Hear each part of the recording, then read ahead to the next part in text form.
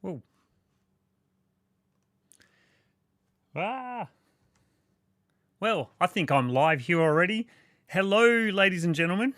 I haven't done this in a while, and they've changed how YouTube Studio operates.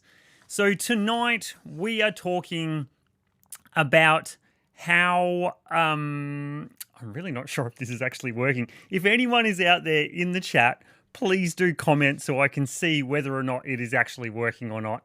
And if the audio is coming through or not, which is a really important point too. But anyway, regardless, whatever happens, I'll work it out. So tonight I am talking about just don't send it. Now, this is a line that you hear all the time, and it's really a part of the vernacular in motorcycling these days.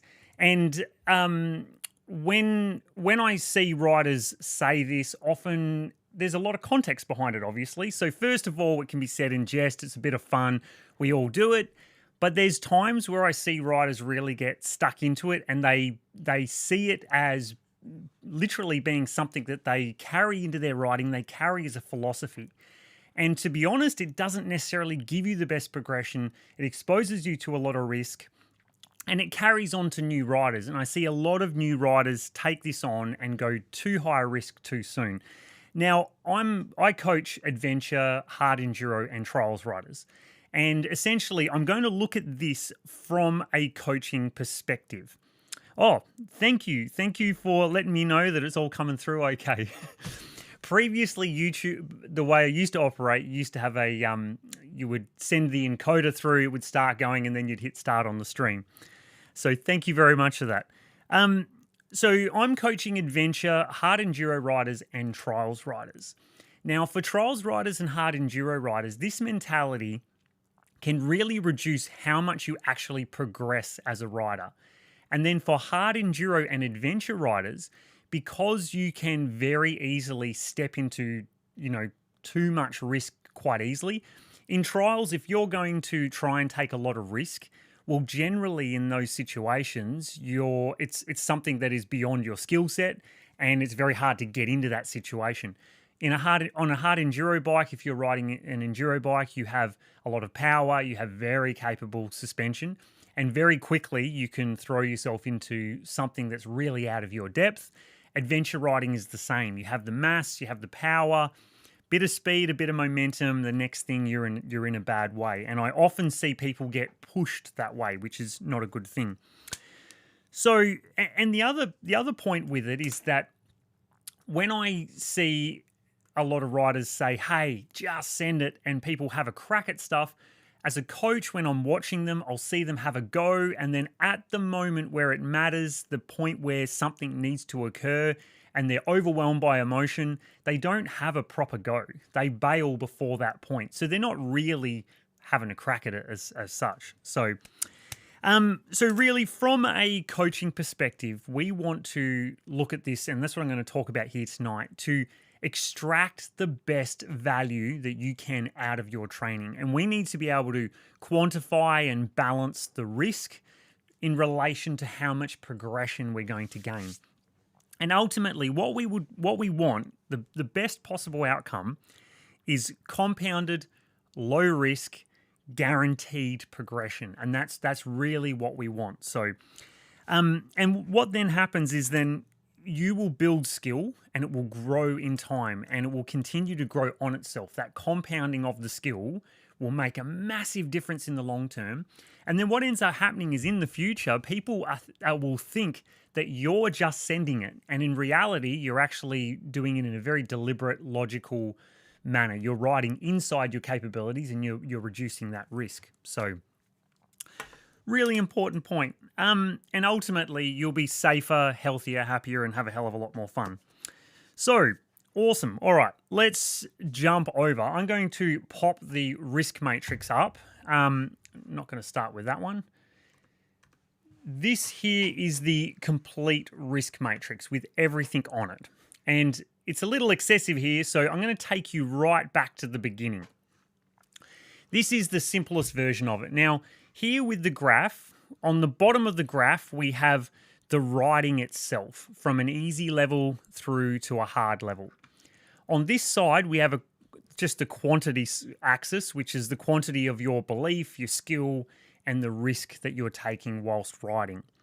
Now, the reality is there's four factors in here. There is your belief in your skill, there is your actual skill, and then there is the value that you're going to get out of the exercise, the thing that you're doing, and then of course there is the risk. They're the four components.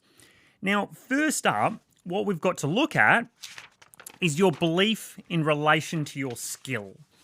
And on this graph, this little intersection here, where the purple and the brown line, the belief line and the skill line meet, that is the most important. That is where your current skill set is at, where you believe you can do it and your skills match the belief in that skill. And that is where you're at the moment. If we jump ahead here, that is the point where if you're doing any exercise at that point, it's essentially zero progression value. So in terms of how much would you progress if you're riding that point at that level, you're not really going to get any value. You're doing what you already know and you're not necessarily making progression per se.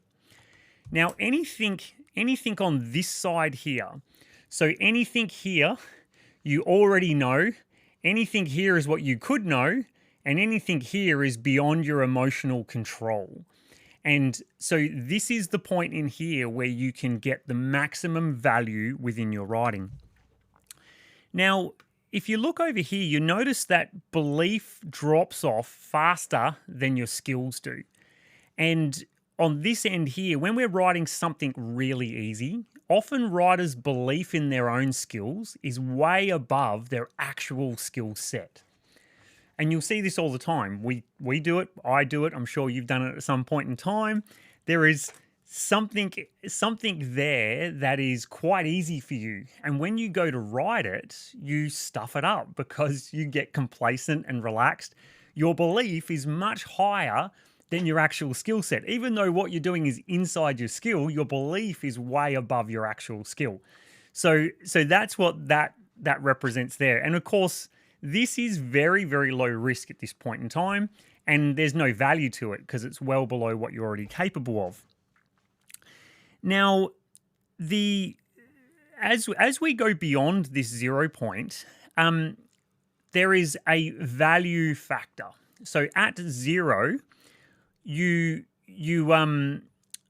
not making any real valuable progression. But then here, where your belief goes to 0, that is the 100% maximum point where you can get real value out of your riding, because it's not too big a step. It's at that point where the value kind of maxes out. Anything beyond that and the value starts to drop off. Now, you'll notice here that at the beginning, the value that you get by moving forward just a little bit jumps dramatically. So from here, say the first 30% of the value range, you get really high value return from your training, from what you're doing. And the risk is proportionate. It's worthwhile. As you go beyond that point, as the risk gets higher, the value return starts to fade off. It gets less and less and less, until we get to this point where you're basically at 100%.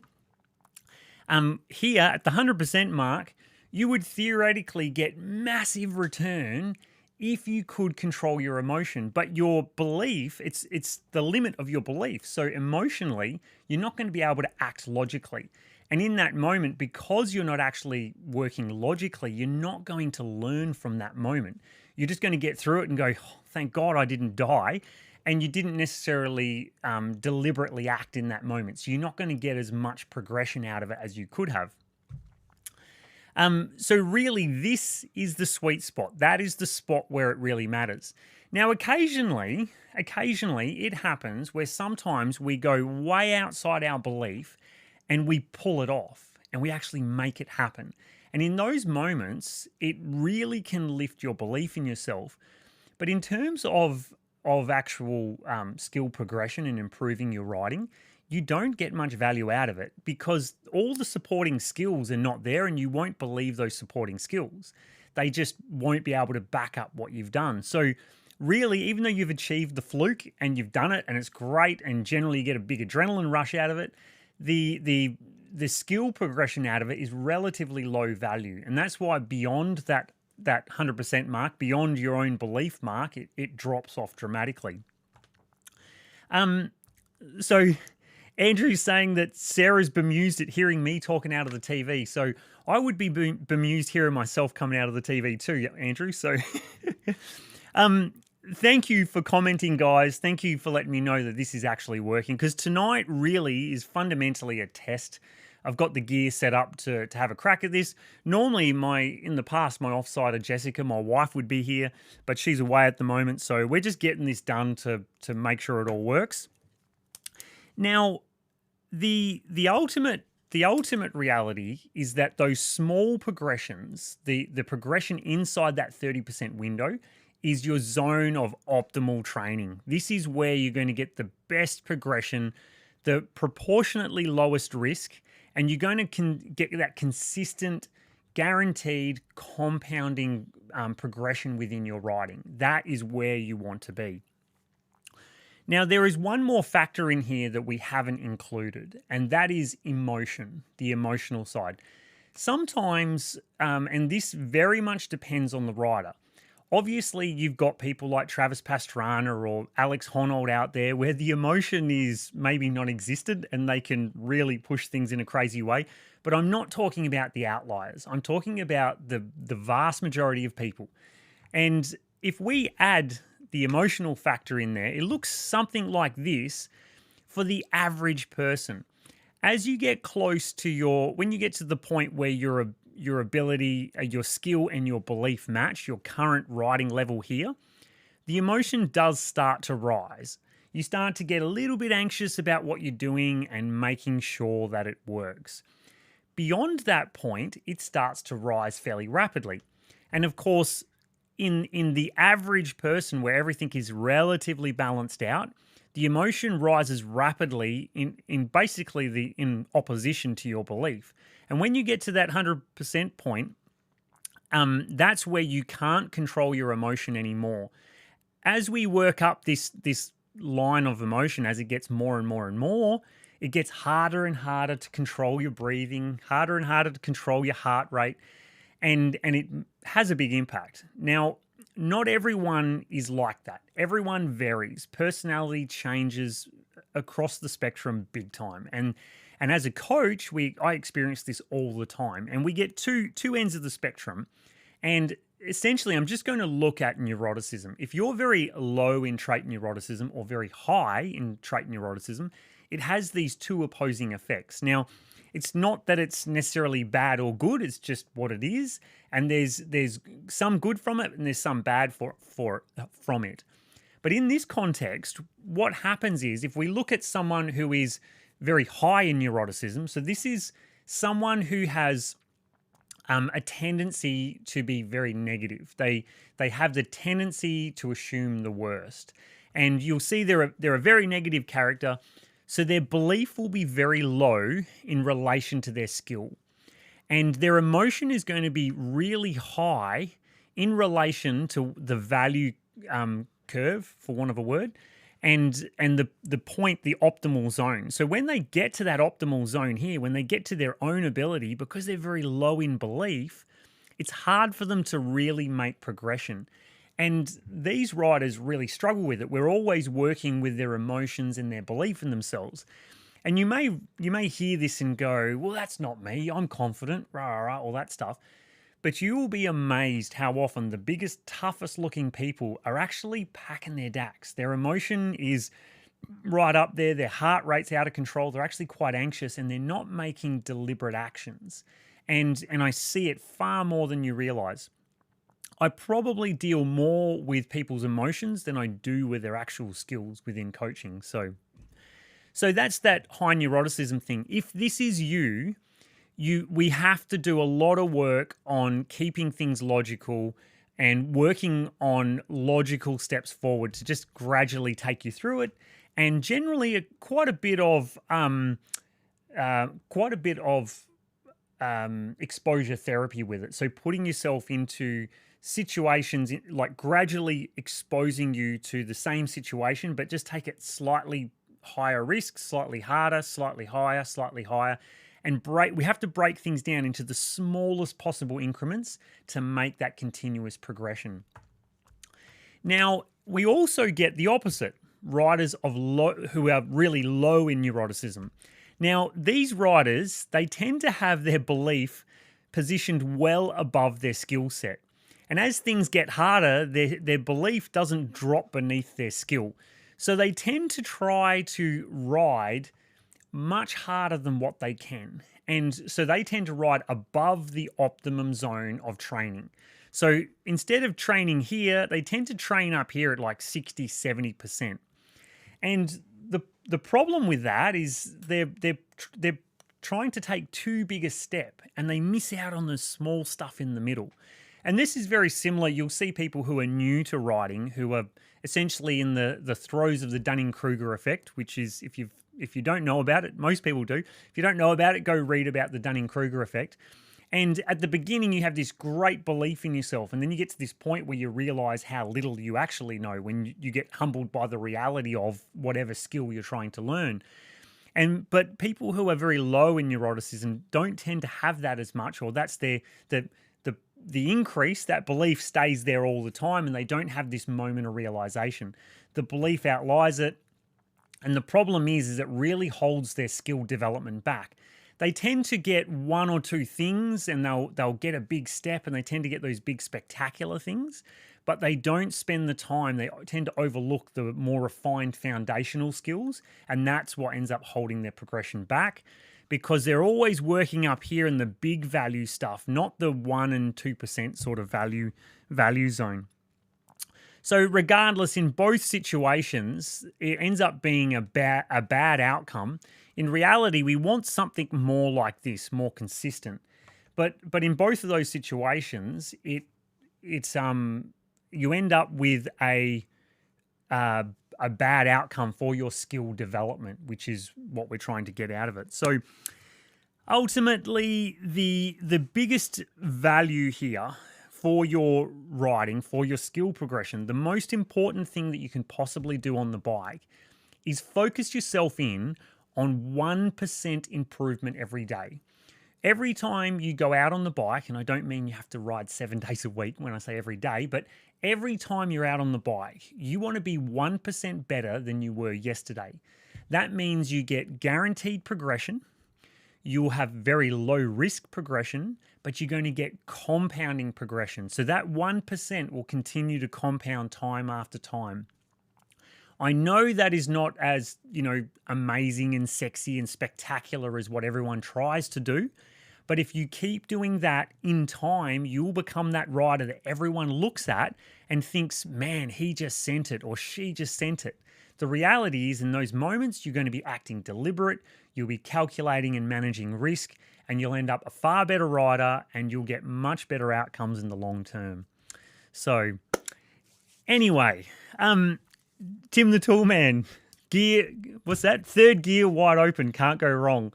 That from Tim, that is absolutely on the money, no questions asked. There is a time and a place for momentum and all those sorts of things, but we're talking over the long term here, not just the short term.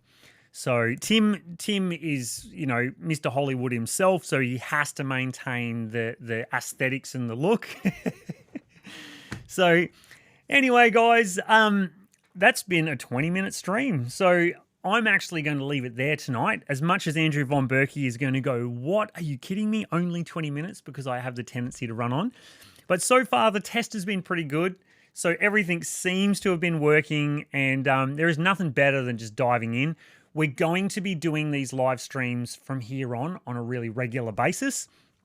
So if this was good, if you thought this is of any value, please give it a like and all that jazz. And I'll keep improving and making this better. But we're going to get back into that live show. We'll tend to be on Wednesdays, so make sure that you subscribe and do all that stuff. And I'm going to sign off. Have a good night. Catch you later.